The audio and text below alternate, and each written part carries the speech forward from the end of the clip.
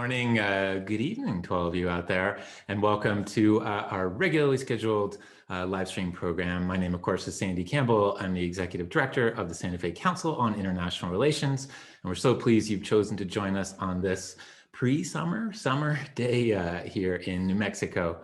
A quick programming note from me first. The session we have originally scheduled on June 16th with Russian opposition politician Vladimir Kara-Murza and the New York Times Moscow bureau chief Anton Troyanovsky has been postponed, as their original talk on June 16th is now the date of the Putin-Biden summit, and they will be hard at work covering this. We'll know the rescheduled date for that talk in a day or two. We're hoping it'll be June 23rd or 24th, so stay tuned. And before we get started on today's absolutely fascinating topic, I want to bring in 3 of our amazing high school fellows. Well, we had 30 fellows this year. As always, every year, we're recognizing 3 of our very best today. So let me welcome these fellows. And first, let me welcome Nema P, and we don't use the last names of our fellows as part of our policy, but Nema has been awarded the distinction of one of CIR's outstanding fellows for 2021 because of her active participation in our meetings and events, her leadership in the fellowship live stream, her detailed feedback on our education programs, and of course, her recognition by our fellow fellows. Nema, tell me one aspect of your CIR fellowship that really stands out for you. Yeah, thank you, Sandy. This year, the simulations were a wonderful way to gain real-life experience on how foreign affairs works. By practicing this diplomacy, I have a better understanding on how to create resolutions and enact change through meaningful conversation. Being a fellow has allowed me to grow and become part of a community that emphasizes education and unity. So thank you, CIR, for giving me this opportunity. And thank you, Nema. Thank you so much. Next up, we recognize Isabella C. She's at Mandela International Magnet School. Isabella has been also awarded this Outstanding Fellowship Award because of her exemplary leadership in the Fellowship Digital Conference, our Global Citizen Summit, her strong organizational skills, and stepping outside her comfort zone to participate in our events. Isabella, tell me one aspect of your CIR fellowship that really stands out for you.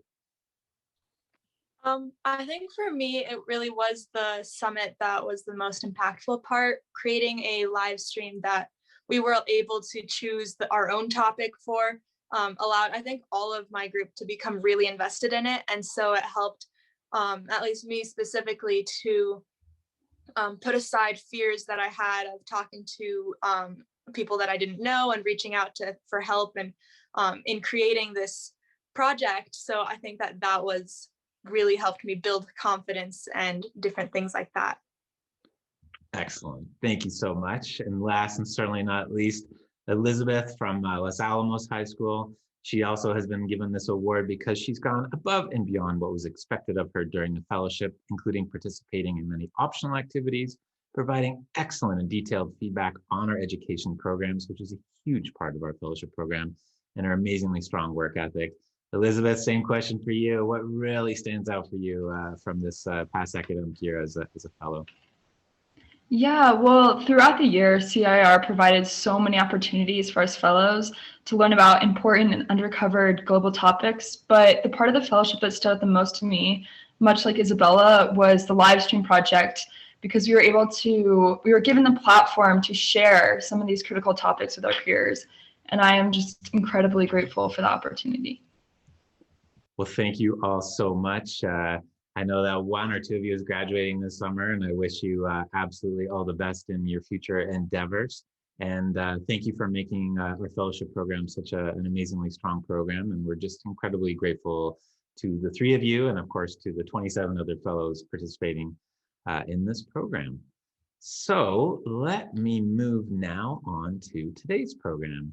We are very proud to present this in partnership with the Pulitzer Center, much as we did during part of Journalism Under Fire 2020. The Pulitzer Center, of course, raises awareness of underreported global issues through direct support for quality journalism across all media platforms and a unique program of education and public outreach. So with that said, let me bring in today's 2 speakers. And there we are. Good morning, Jacob. And And Harriet, I know will join us in a second. Good morning, Harriet. It's great to have you here. Thank you for joining us. Let me just quickly read your bios and then we can get this party started. Harriet Constable is a multimedia journalist and self-shooting producer director based in London. She covers a wide range of topics, including environment, politics, and equality through print, radio, and video. And then we have Jacob Kushner, who writes about migration, conflict, and extremism, investigates foreign aid, corruption, and extrajudicial killings in East Central Africa and the Caribbean. Light fare, Jacob. And Jacob is, of course, joining us from Nairobi today. So as always, folks out there, please write your questions into the Q&A panel, and we'll get to them when the time comes. And now let me turn things over to you, Harriet, right now. And I'm hoping you can give us an overview of the project and which diseases you looked into and why. Yes, thank you so much, Sandy, and congratulations to those fantastic fellows as well. And thanks so much, all of those who are joining us today. It's great to get a chance to talk about this more because we're very passionate about it. It was March of last year, lockdown was happening, and Jacob and I had this opportunity to apply for this collaborative grant, and we wanted to crack into this huge topic of we learned quickly that there are millions of diseases out there that scientists don't even know about yet, and that 75% of newly emerging diseases are zoonotic, so they can jump between animals and humans. And we wanted to crack into this and understand, okay, coronavirus is not the first pandemic we've ever had, and it's not going to be the last by the sound of things, but this is a huge, huge topic. Where do we even start? And so we decided we would focus on 6 animals, 6 diseases, and 6 continents, and look at what are the themes here? What are the major problems? Are there things that we're doing that we can improve? What's going on to try and stop the next pandemic? And what can we learn from all this overall? So I focused on 3 stories. It became a 6-part written series and also a documentary, a 3-part documentary. I'm going to focus mainly on talking about the written series for now. So I focused on 3 of those stories.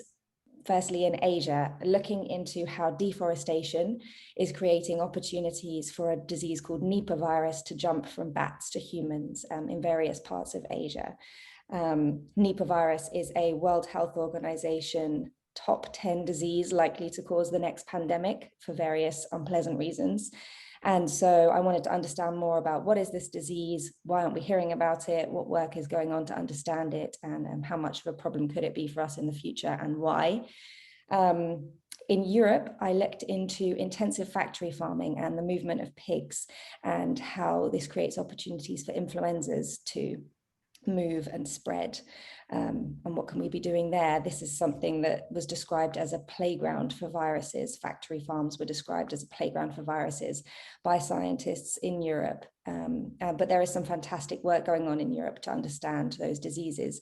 It's a global story, the livestock and rearing of pigs for food, of course, but by focusing just on the Europe story, it was a good way to get into it.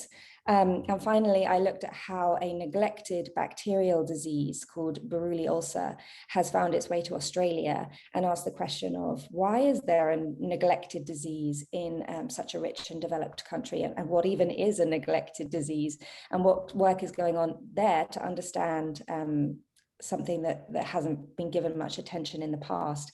And crucially for each of these stories, what can we do to stop these in the future? And I think the driving force for all of this for Jacob and I was that we quickly understood that it's human activity that's creating these opportunities time and again. So there's lots that we're doing wrong, but there's also lots that we can do to fix this. And while we're currently faced with a huge crisis, a global health crisis, it can also be a good time to reflect and look at, okay, this isn't the only problem, what else is out there? What can we learn from this? And how can we use all of that to help us be better prepared for the next pandemic?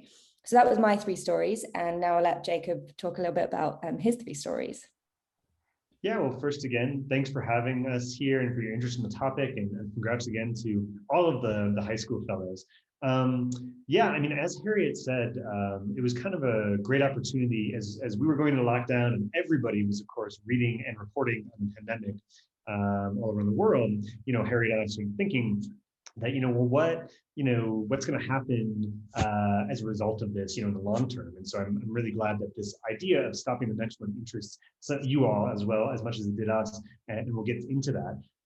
As far as the three stories that I did, the first story I reported was here in Kenya, where I'm based. It's about a coronavirus that's called MERS. It's far deadlier than COVID-19, and it usually jumps over from camels to humans. So yeah, there's the picture of the camel I met on a road trip to northern Kenya. We'll get into a little bit more for the reasons, but Kenya has the third largest population of camels in the world, and this particular disease, MERS, when it has jumped over in a few cases in Saudi Arabia and elsewhere to humans, it's proven very deadly and proven that it can spread very quickly. So what I did is I went to northern Kenya and tagged along with some of the scientists from Washington State University who are testing camels and testing people with these same PCR sort of tests, swabs that we're used to now from COVID every day to be able to monitor whether MERS is up there and whether it's jumping to humans and be right on top of it if or when it does jump to humans. And kind of we'll get into some of the climate reasons why camels have become so prolific and why there's so much danger there a little later. But that's the first story I did here in Kenya. The second story I did takes place in Brazil, and has to do with monkeys and the disease called yellow fever. So this disease, yellow fever, infects about 200,000 people each year and kills about 30,000 people each year. Despite that, we actually have a vaccine for this. So this is a case where, an interesting case where there was an outbreak recently in Brazil where scientists believe an outbreak that began among humans of yellow fever was transmitted then via mosquitoes to monkeys, these golden lion tamarin monkeys that you see on your screen, and then may have jumped back to humans actually from transmitted to mosquitoes back into human. And so just kind of a back and forth, real-time look, it's kind of zoonotic spillover. Really, it turns out to be the result of the shrinking of Brazil's Atlantic rainforests, which means that a lot of these species have less and less space and are coming into closer contact with humans in cities nearby. So we'll get into that a little bit more. Finally, the last third story that I wrote was about a brand new species of mosquito that was found in Guantanamo Bay, Cuba, on the military base, the US military base there. So this on your screen is the Aedes vittatus mosquito. It's normally found in India. And a couple of years ago, for the first time, scientists were surprised to find a mosquito in Guantanamo Bay, the US Navy scientists, that looked different from what they were used to. And after some lab tests, they realized this mosquito has never been seen before on this in this hemisphere anywhere. And now scientists believe, by tracing it back, that it probably got here either on military transport, whether it's aircraft or ships, or just shipping containers. And so really this kind of story looks at how human activity in terms of globalization and trade have the potential to spread new species to new places that can carry new pathogens. This mosquito is capable of carrying most of the terrible mosquito-borne diseases. And of course, the mosquito-borne disease kills more humans every year than any other sort of vector-borne disease. So we'll get into those three, but those are the three that I did. And yeah, just in terms of the project, I mean, as Harriet said, I think the takeaways for us from this project were there are more pandemics on the way, and there are more, zoonotic diseases on the way. Two, that we as humans, whether through climate change and other kind of human directed activity, are responsible largely for upping the risk. But finally, that's in a way, it's a bit of good news, because that means we have the power, if we do the right things, to stop or prevent the next pandemic. So anyways, with that, yeah, I think we've introduced those, and yeah, definitely, I think Sandy had some questions for us we'd love to help answer. Sure. Well, let's start with you, Harriet. Given this amazing work and project, what are we doing wrong that has led to this situation? Mm-hmm. Yeah. So there are lots of things that we're doing wrong, unfortunately. I mean, we're creating a lot of opportunities every day for a spillover, from the way that we travel to the way that we eat, from the way that we develop our planet. So for example, I touched on the Asia story and Nipah virus. it's deforestation that is driving up opportunities for that disease to spill over from bats to humans in the region.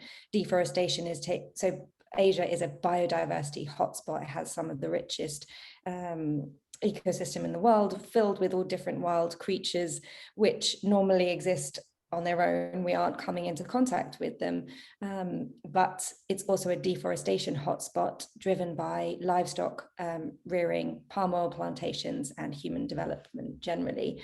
And so what's happening is that the bats in this region, fruit bats, they lived in these rich fruit tree regions very happily, never coming into contact with humans. But as their environment has been reduced and cut down, they've moved. One, humans have literally come into their environment and taken it down and come into contact with them that way. But also the bats have shifted where they live as a result of that and kind of found new solutions. And so bats have a lot of viruses themselves. They harbor a lot of viruses, but they don't make the bats sick and they don't make us sick if we don't come into contact with them. It's only a problem when we start to have novel interactions with bats. And so the bats that used to live in these forests, kind of minding their own business, ended up in new locations, hanging above markets where people go to buy food every day. There's a photo actually within this you might see of the market. Yeah, that's it. So they're hanging in the fruit trees above this market. People go to this market every day to get their fruit, and there's cows, there's pigs, there's lots of other creatures that bats that can mix and mingle disease as well. And the bats are defecating and urinating. It's a really key spillover route that scientists are studying in Cambodia to understand. These bats have been found to have Nipah virus, and there's just so many opportunities here for them to for that to spill over to humans. Now, they weren't there before. They're sort of being pushed into these new locations. We're also finding more bats in areas like Angkor Wat, which ordinarily has about 2 million humans visiting it every year, and it's absolutely full of bats. So humans are driving creatures. This is just one example from one story where humans are driving these creatures into new locations and creating opportunities for spillovers to happen. And in Brazil, it was a similar thing with the Atlantic forest in Brazil, where these golden lion tamarins live in terms of deforestation, basically cities are encroaching upon the habitats of these monkeys, and therefore people on the edge of these cities are in contact regularly, getting bitten by the same mosquitoes that bite these monkeys and can transmit yellow fever between everybody. But on that question of what we're doing wrong, I mean, I think climate change is also just a key example, and I saw that with the story here in Kenya about camels. Drought frequency in Kenya or in East Africa has increased to a drought every 3 years on average, which is crazy. And pastoralists during these droughts in some regions can lose 50% of their animal herds during these droughts. And that's actually the reason that a lot of herders of camels, or herders in general, have moved away from cows and other animals to camels, because they're more resilient in drought. They can go many days without water. But the problem is that you have so many more camels and kept in close quarters, and so many more people herding them, that you have an increase in this risk of a spillover of MERS coronavirus from camels to humans. So that's, droughts are sort of a clear way in which, human-induced climate change is exacerbating the risk of zoonotic disease there. Similar thing with mosquitoes, and I can talk more about this story later, but this mosquito that's now been found in the Caribbean will soon, because of climate change, be able to make its way further and further north into North America, quicker than it would otherwise because of climate change. In past years, the amount of time of the year that it's warm enough for mosquitoes to breed every month or so, is the lifespan of a mosquito. Every 3 weeks they breed, hatch again. So maybe a mosquito will have 6 kind of lifespans in the course of a summer before the mosquitoes freeze out again. But now, because of climate change, those mosquitoes might spawn about 10 times. And that means each time they can get a little bit further and further north before winter comes. And so again, with mosquitoes, we're seeing climate change, directly impacting our interaction with this new dangerous mosquito that will be working its way north toward many of us as well. So one of my favorite sort of issues is connecting our specific actions with, these large global trends. When it comes to the next potential pandemic, how does what we eat really matter? Harriet, let me throw that to you first. Yes, well, what we eat and how we raise or produce what we eat matters an awful lot. I learned during this project. So the Europe factory farm story, looking at pigs and influenza, I mentioned before that the leading European influenza scientists described factory farms as a playground for viruses. There's a few reasons for this. So we eat billions of pigs every year. I had no idea actually how big the numbers were. And we keep more and more of these creatures in factory farms. That's where the majority of Europe's pigs are, in factory farms. And there's a series of problems, or there's a series of ways in which this creates opportunities for pandemic viruses. So firstly, there's a lot of young pigs. They only live to be 6 months old. They don't have any natural immunity, or they have a little bit of a natural immunity. It dies off from their mothers, but because they only live to be 6 months old, they don't gain any further immunity. So when a virus does get into the system, it can mix and mingle and proliferate very easily. There's no so there's no natural immunity that's going to stop it. Because there's so many pigs, these viruses can proliferate over years. Apparently, originally, when we had smaller pigs in more green environments back in the day, you would still get viruses getting into these herds, but they'd kind of rush through the herds, and then within a couple of weeks, the virus would have died out. That's not the case anymore. These viruses stay in the system and they adapt and change. We're hearing about variants of COVID-19 a lot these days. This is the type of thing that's happening with influenza within these pig communities. And pigs specifically are what was described as a petri dish for disease. And that means that they have a special ability to take in different diseases from different viruses from different creatures, be it humans or birds or whatever, and mix and mingle them and spit them back out in new, more lethal concoctions. So for various reasons, it's quite a dangerous situation, or we have created. And there has been great work going on to understand what are the dangers there. So there's a huge collaboration project going on between European pig farmers and scientists, a voluntary project, I should add, because it is swine influenza is not a notifiable disease. Farmers don't have to tell anyone if their pigs have it. But voluntarily, through this big project, they discovered that there were influenza viruses circulating in more than 30% of the pigs that they studied, particularly in areas of intense pork production. So there's absolutely a link, and there's absolutely a problem. And these viruses, it was described as they need a series of building blocks to get to sort of pandemic status if you're a virus. And we just keep giving them the building blocks, keep creating these opportunities. And they found several viruses that are just a couple of building blocks away from being a real problem. So that was very alarming for the scientists, and that's something that they're trying to bring awareness about right now, is that there is actually, we're kind of on the cusp potentially in four different examples of influenza viruses circulating among these pigs that could cause a problem. That's before even getting into the whole story of global trade and the movement of pigs, which maybe I can talk about in the Q&A later, or if we get a chance to talk about it. But it's a big story with a lot of complicated opportunities that we're creating. But what we eat, certainly it can play a part in the next pandemic, yes. And so reporting is voluntary if there's an issue with pigs, if there's some sort of influenza or some sort of sickness or a disease. That seems particularly crazy. For swine influenza, it's not notifiable. Yeah, so there's no requirement to tell anyone. Whew, interesting. Jacob, I know you've been working on connected issues in terms of global trade and global travel. How does that increase our risk? Definitely. Starting with that mosquito I mentioned, this is just one example of how we actually move pathogens or animals that carry pathogens around the world. I mean, a lot of the mosquito-borne diseases that we face in this side of the world originated in Africa and were brought over by Europe when Europeans brought slaves over to the Western Hemisphere.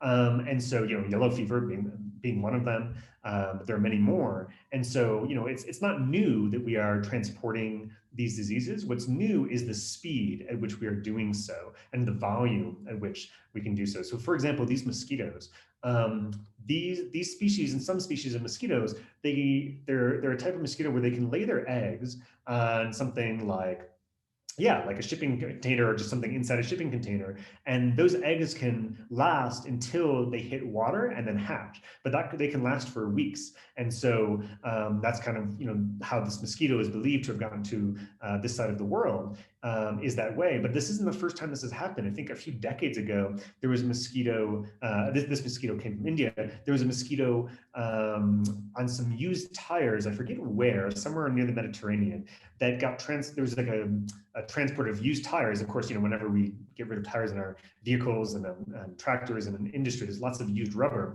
That rubber absorbs or holds water rather. And so this Asian tiger mosquito was transported to Albania, I think it was, and then spread onward, just being transported on some ship carrying a bunch of old used tires that were going to be, recycled or used. The rubber was going to be used.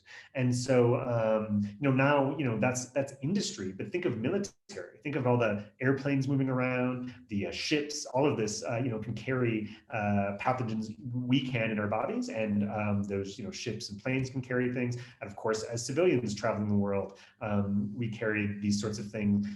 If you've ever gone through U.S. Customs and checked the box of you've been on a farm, you might have your feet sprayed down for, I think it's now called hand, foot, and mouth disease, which can affect children, make them sick, and you can contract it from being around animals on farms. So yeah, I mean, that's something that just surprised me the more I looked into this, is just thinking of how kind of unstoppable these things are on account of our daily habits, travel.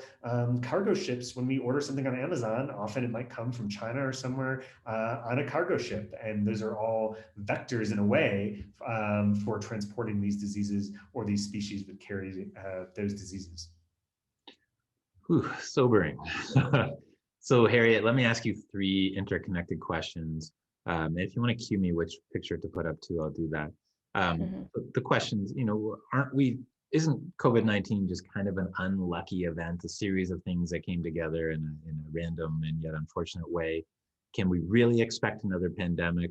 And if these diseases are so deadly, why haven't there been more spillover so far? Well, what's the right photo for that? I'm not sure actually. I'm going to talk a bit about Nipah virus again, I think, because I think something that can be surprising for people to hear is that these diseases, like the diseases that we looked into, have already spilled over and are already spilling over. So these things are already happening. COVID-19 is just one example of that. And sorry, let me just stop that. We keep creating these opportunities for these viruses to spill over. So of course, I mean, there's going to be more opportunities in the future, and these diseases have spilled over and are spilling over. So Nipah virus has spilled over multiple times already in Asia. Scientists are trying to understand why hasn't it.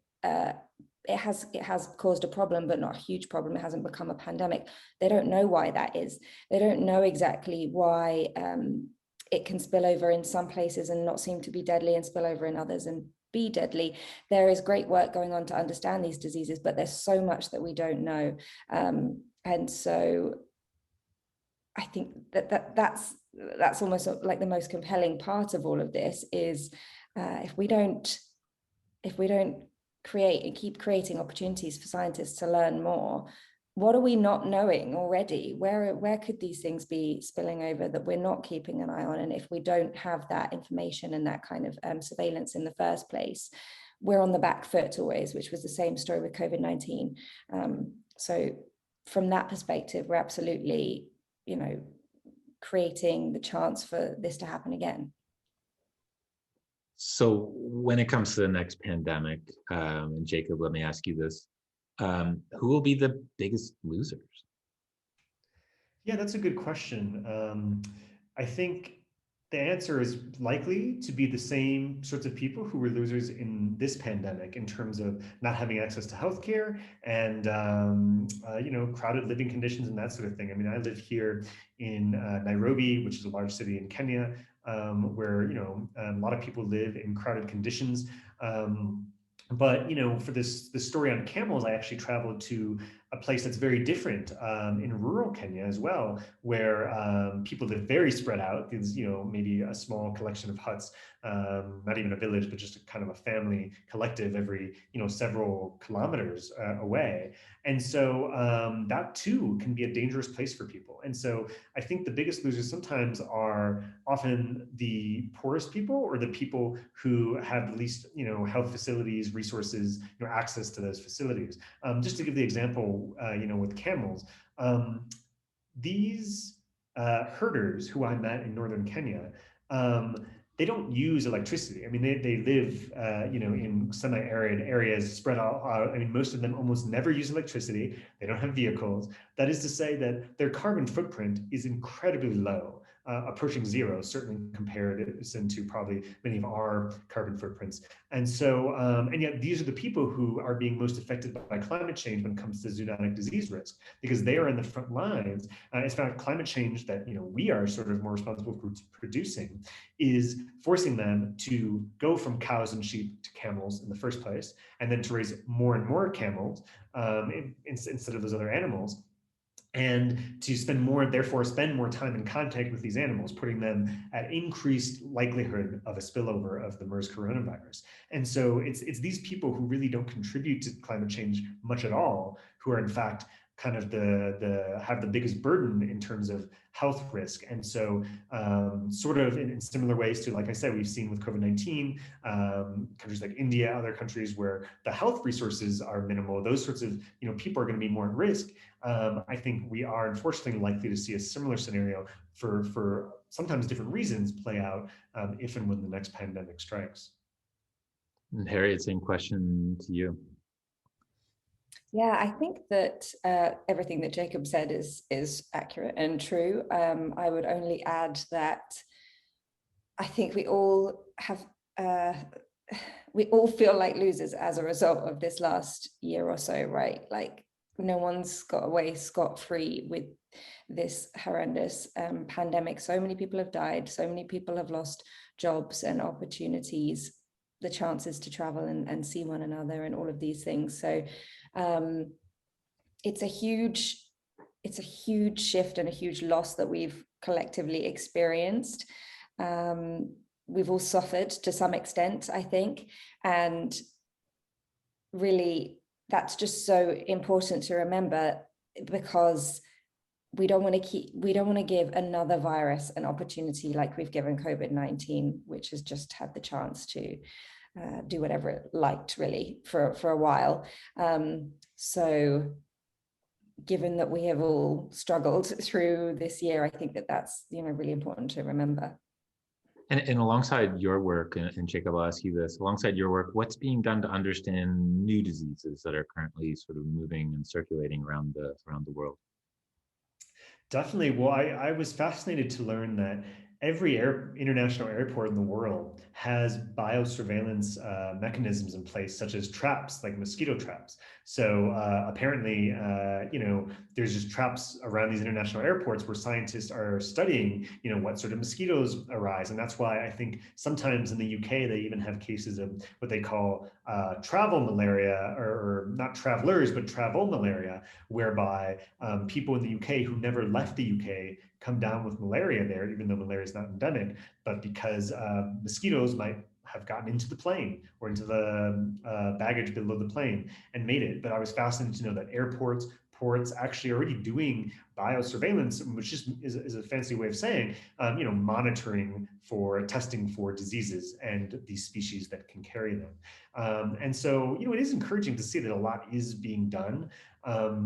This story I did in Brazil about yellow fever jumping between monkeys and humans, there's these scientists from a university there who are going out into the forest, testing, monkeys for yellow fever, but also vaccinating now in the new campaign monkeys for yellow fever. There's so many proactive steps that are taking place to monitor these sorts of spillovers. So I think that's really interesting. But and that kind of reminds me that I read an article today actually that reminded me that it's not just a question of like what the next pandemic may be, but where it may spill over.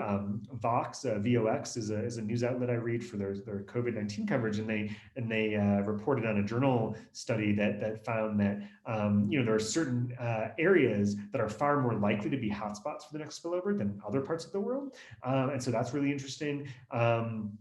It usually happens, they find, spillover usually happens when humans encroach onto wild lands or use lands differently, such as land that was, maybe once for agriculture is now being used for herding. And then you have these new animals like cows, sheep, whatever, cattle coming onto lands that had other sorts of animals before.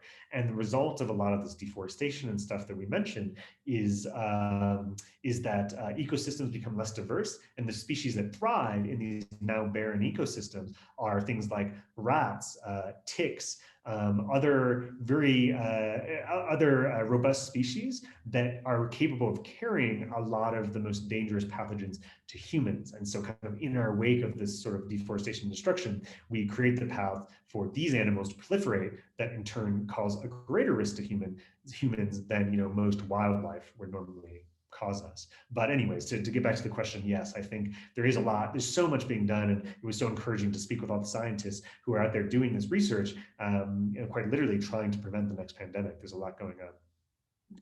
Do you want to add on to that, Harriet? Yeah, I would add that Jacob made a good point there about these hotspots that Vox has been reporting on.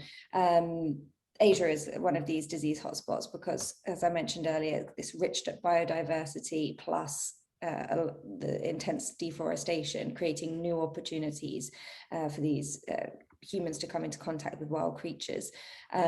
So the work there is arguably extremely important, and there is fantastic work going on. So there's a scientist in Thailand that has been for the last 10 years part of a project called Predict, which the work is to go out and it's called pathogen detection trips. They go out, they study bats in this case, and they look at what diseases do these bats have in the first place. Can any of them spill over to humans? How does that work? And because of this work that those scientists have been doing, when COVID-19 came along, they had this special expertise already because they had already been spent the last 10 years finding novel diseases and trying to understand what they are, novel viruses, trying to understand what they are in wildlife. That meant that they could identify COVID-19 really quickly before even China had released details of what it was that we were up against. And that allowed Thailand to move much more quickly. It arguably saved thousands of lives, maybe millions of lives, because they could implement quarantine things. They had more information more rapidly than other countries as a result of the wildlife pathogen detection work that had been going on. And there's, just in Asia, there's other fantastic examples, like great collaborations going on where scientists in Cambodia discover Nipah virus, but they don't have the biosecurity level labs to work with it because it is such a deadly and dangerous virus.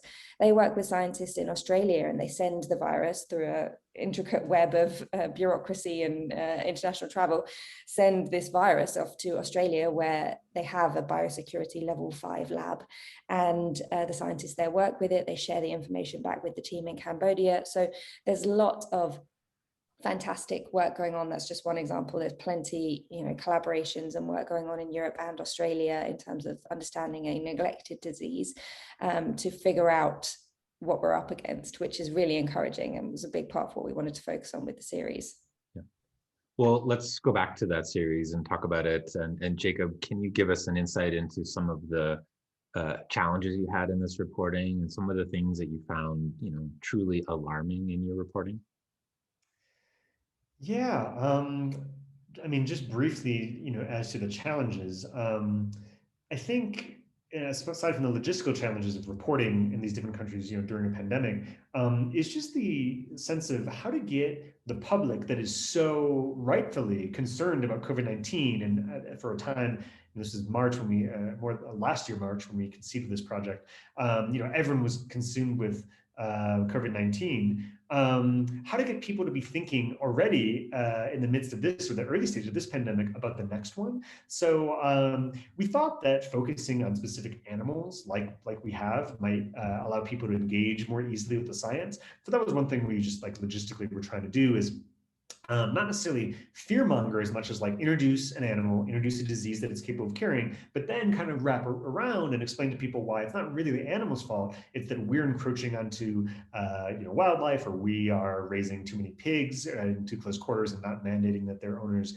report when there's swine flu. That really these are the causes of these sort of zoonotic spillovers are ours. So that was kind of a challenge of reporting, in addition to the logistics, was just getting people to want to focus and look ahead to the next one. But now I think we're seeing a lot of uptick and a lot of people wanting to think about how to prevent the next one. But yeah, I mean, as far as what was most alarming, one thing that surprised me early on in this pandemic was when the news came out that the last White House administration had actually canceled funding for the PREDICT program, which was one of the leading biosurveillance programs in the world. And so just that idea that without this attention, the policies and the politics and the funding, imagining how these, something like this, or imagining rather that maybe we could have prevented this pandemic had there been more funding for longer periods going to the PREDICT project and other of these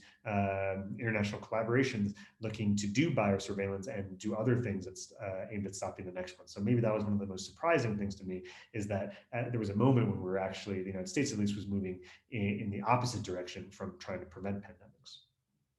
And Harriet, same question to you. Yeah, I would only add to that to that exact point, one of the scientists I spoke to in Cambodia, Vesna, is the leading expert on Nipah virus in Cambodia, and he doesn't have funding for his next pathogen detection trip. So we have these people with these fantastic expertise, and they just don't have the funds to continue their work. So that was alarming. There are simple things that we can be doing right now. It was kind of the same story when I learned that swine influenza is not a notifiable disease. These aren't huge systemic changes. Arguably, people were telling us for this series, those need to be made. We are going to need to rethink those types of bigger problems that we're talking about. But these don't take that long. It's not super complicated to get this guy his funding or to make this a notifiable disease. They're not huge things that are going to take years to do. So I was surprised and a little shocked to discover that some of these things weren't already the case. So let's go back to sort of the individual level, and we've talked about this a fair bit. Obviously we've got lots of possibilities for the next pandemic.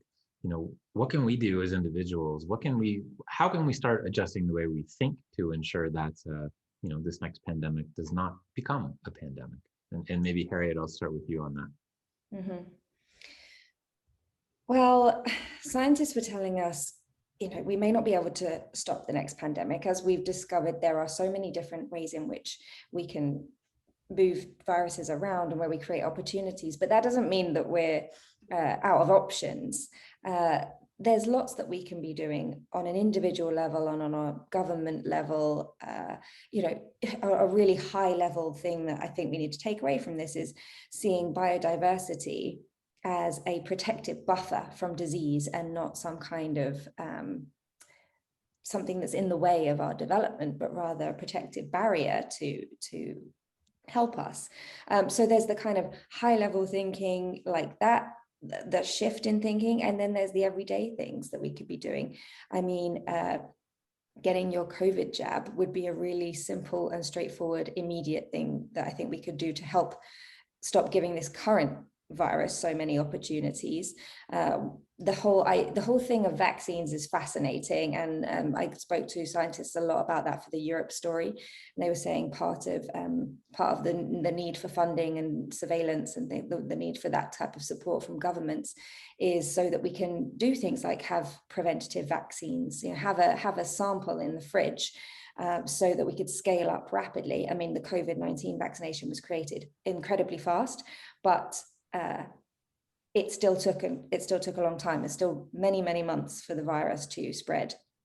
So if we, on a sort of high level, look at the way that we're thinking about things, kind of government level, ensure that we are funding the opportunities to create vaccines, and on an individual level, look at getting the vaccine, and also, we can make choices as consumers. What are we prepared to accept? How do we want to engage with things like these food systems, perhaps calling for more or better, or looking at what's happening in your local community when it comes to those types of food systems, and seeing what can be done to change things. I think there's actually loads that we can be doing to put ourselves in a better position for the next pandemic.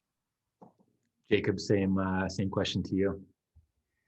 Yeah, I can't help but not just agree with Harriet, but kind of insist upon that point that I was so surprised through this reporting to learn that not just factory farming, but any sort of livestock raising, sort of the myriad dangers that it poses. Here in Kenya, there is factory farming, but there is also, camels are not factory farmed; they're grazing out in the open.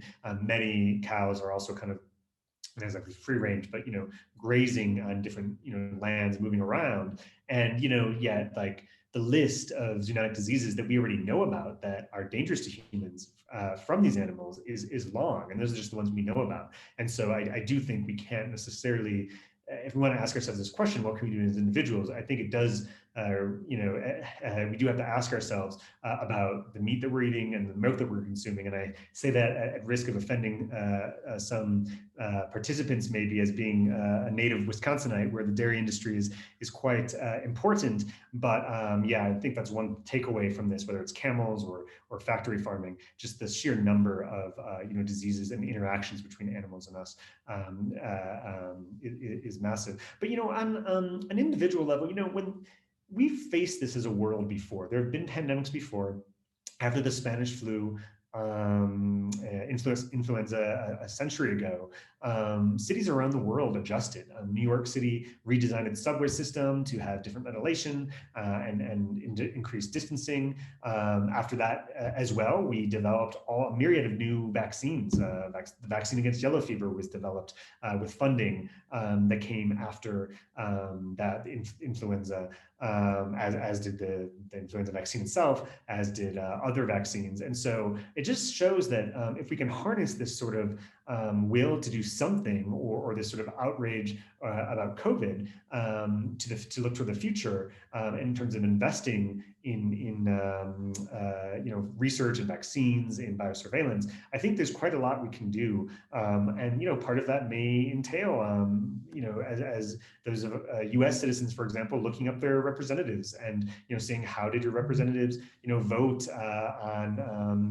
There was a bill co-sponsored last year by a whole number of representatives called, I think it was the Preventing Future Pandemics Act, and it died in committee. I mean, are people going to revive that act and reintroduce that and try to pass that this year? I mean, there's a lot you can do in terms of here in the United States, well, not here, but in the United States, I think, in terms of looking at what legislators are doing to, put this, all that we've been discussing into practice by financing these sorts of interventions.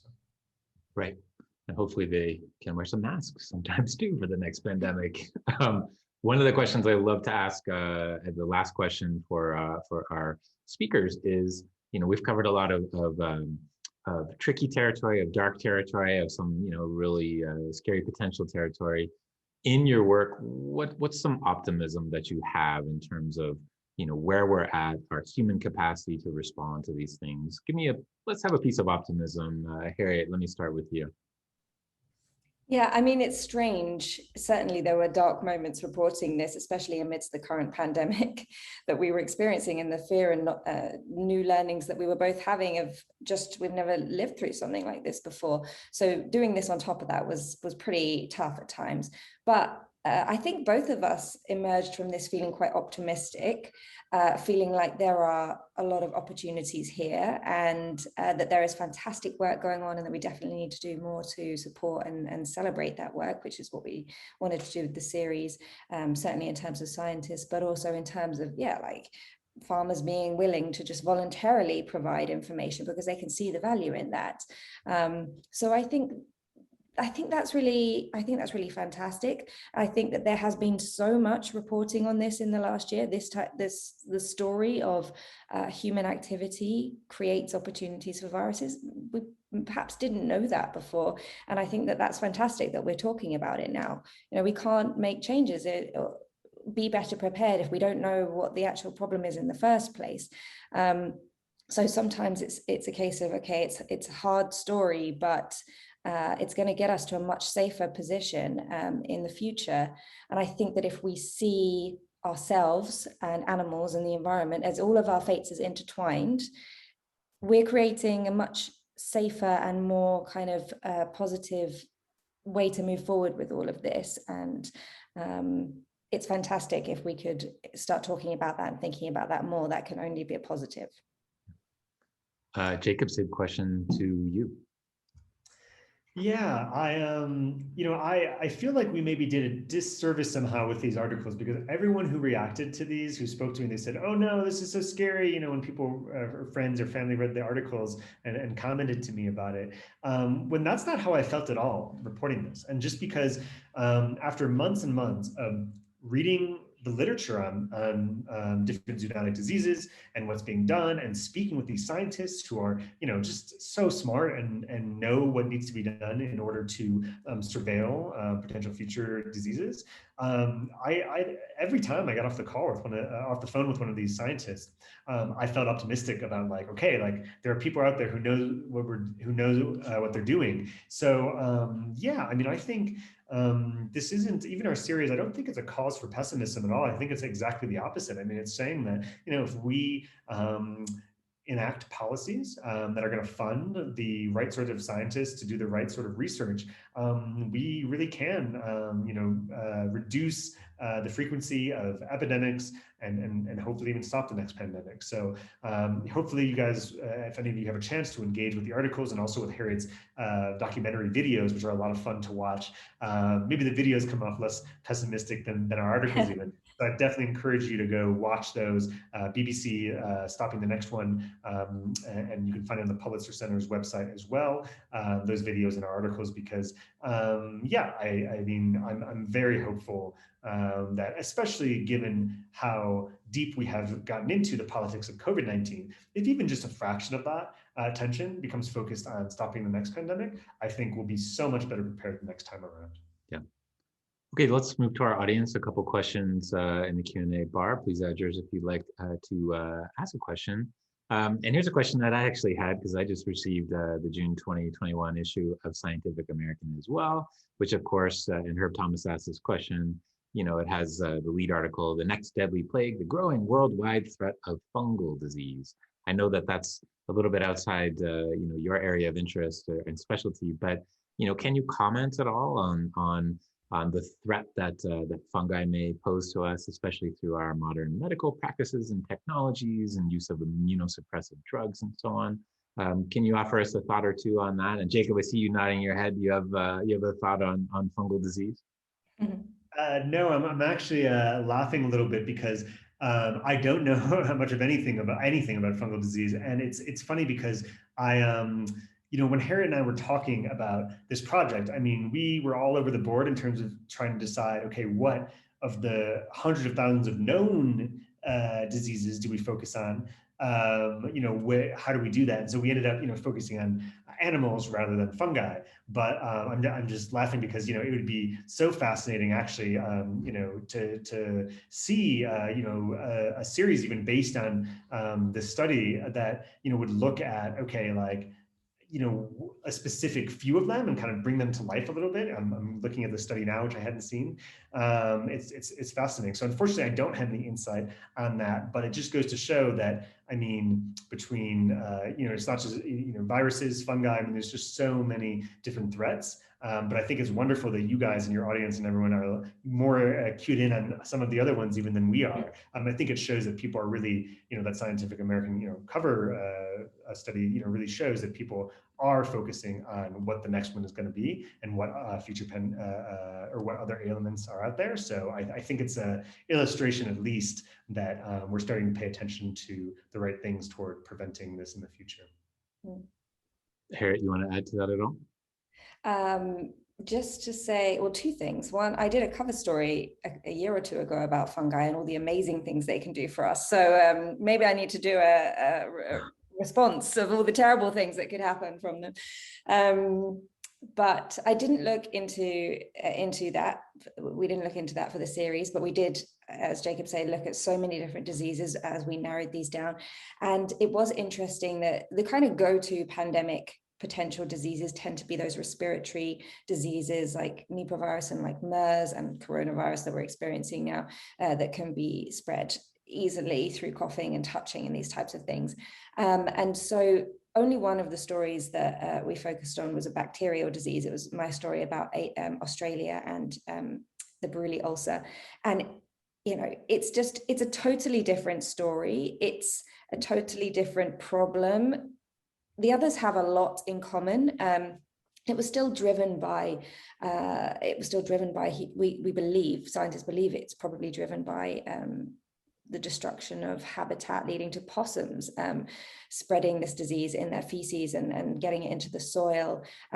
It's a flesh-eating bacteria. It doesn't kill people, but it's certainly extremely unpleasant to have it. And it's just, I think it's great to consider the other options, essentially, is what I'm trying to get at. That, okay, a bacterial disease that is starting to grow, but it's not like rampant like coronavirus, but that doesn't mean it should be ignored. And this is that story is of a neglected disease, so it hasn't received any attention. They really just don't know what it is, where it comes from, why people get it. So just broadly to say that great to be looking into the different potential ways in which these viruses could be getting to us, and these bacterial diseases as well. Another question here from Mike Daly and Ellen Boozer. I'm not sure I fully understand the question, so I'm just going to ask it, and I think it's mostly about global trade. So let me pitch this to you, Jacob. Do automated seaports have traps? Yeah, I saw that question. I think it's probably referring to these sorts of light traps, mosquito traps, and that sort of thing that I mentioned that are at airports and seaports. I don't know. I mean, it's interesting if you, I don't know enough about the automation of these ports, but I do know that automated seaports, I've read that they do have mechanisms for like automated water testing, for example, and constantly testing water in these seaports. And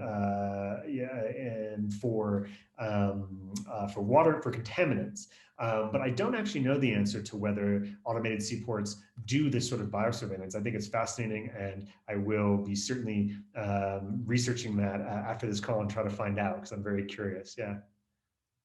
Perfect. Well, I guess my final question for the both of you is, what are you working on now? This was a fantastic project. I'm assuming you'll keep your eye on all these currents. But Harriet, what are you working on?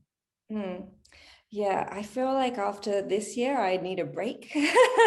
Maybe taking a couple of weeks off would be fantastic. But I've been doing some producing for BBC News. So alongside of this series, I was actually producing the news, BBC News at 6 and 10, which is the BBC's biggest TV news program, and getting a complete variety every single day of different stories and a bigger audience than we've ever experienced because of the vital information that people need to get. So that was a fantastic challenge that I have been carrying on, but I'm thinking of doing potentially something much more completely different, something more in the book and fictional creative world for a while after this. I think I might need a little rejig a little break before I get back into. There's so many stories that can offshoot from this, but I think it can be good to take a little time after something like this as well.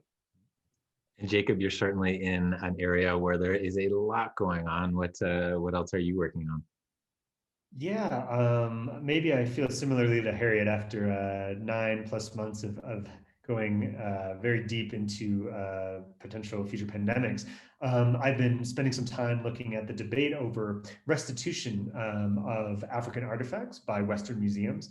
And so, yeah, I've kind of been diving deep into this whole debate about whether museums in colonial nations or nations that had colonies in Africa should be returning those artifacts back to Africa, including Kenya. Kenya has a fascinating project where researchers from Germany and Kenya are teaming up to try to identify every Kenyan artifact or piece of artwork that exists outside of Kenya in the whole world, and they're trying to map that. And most of them are at museums, and trying to track those down so that if Kenyans want, they can request them back. And so looking at that process. So a bit of a different subject, but I'll tell you one thing that I would love to dig into is sort of something along the lines of the trouble with trees. We have with carbon offsets, we have this whole industry that has spurted up about planting trees and tree farming and that sort of thing to offset carbon. When you buy a plane ticket, the airline, I think, can even make a profit off of you clicking that, paying extra to have someone plant trees for you. And I think that whole industry is really fascinating, and looking at what is working and what isn't and how it's regulated is interesting. So I do not yet have a story in the works, but anyways, that's something that I'm interested in and hope to dive into going forward.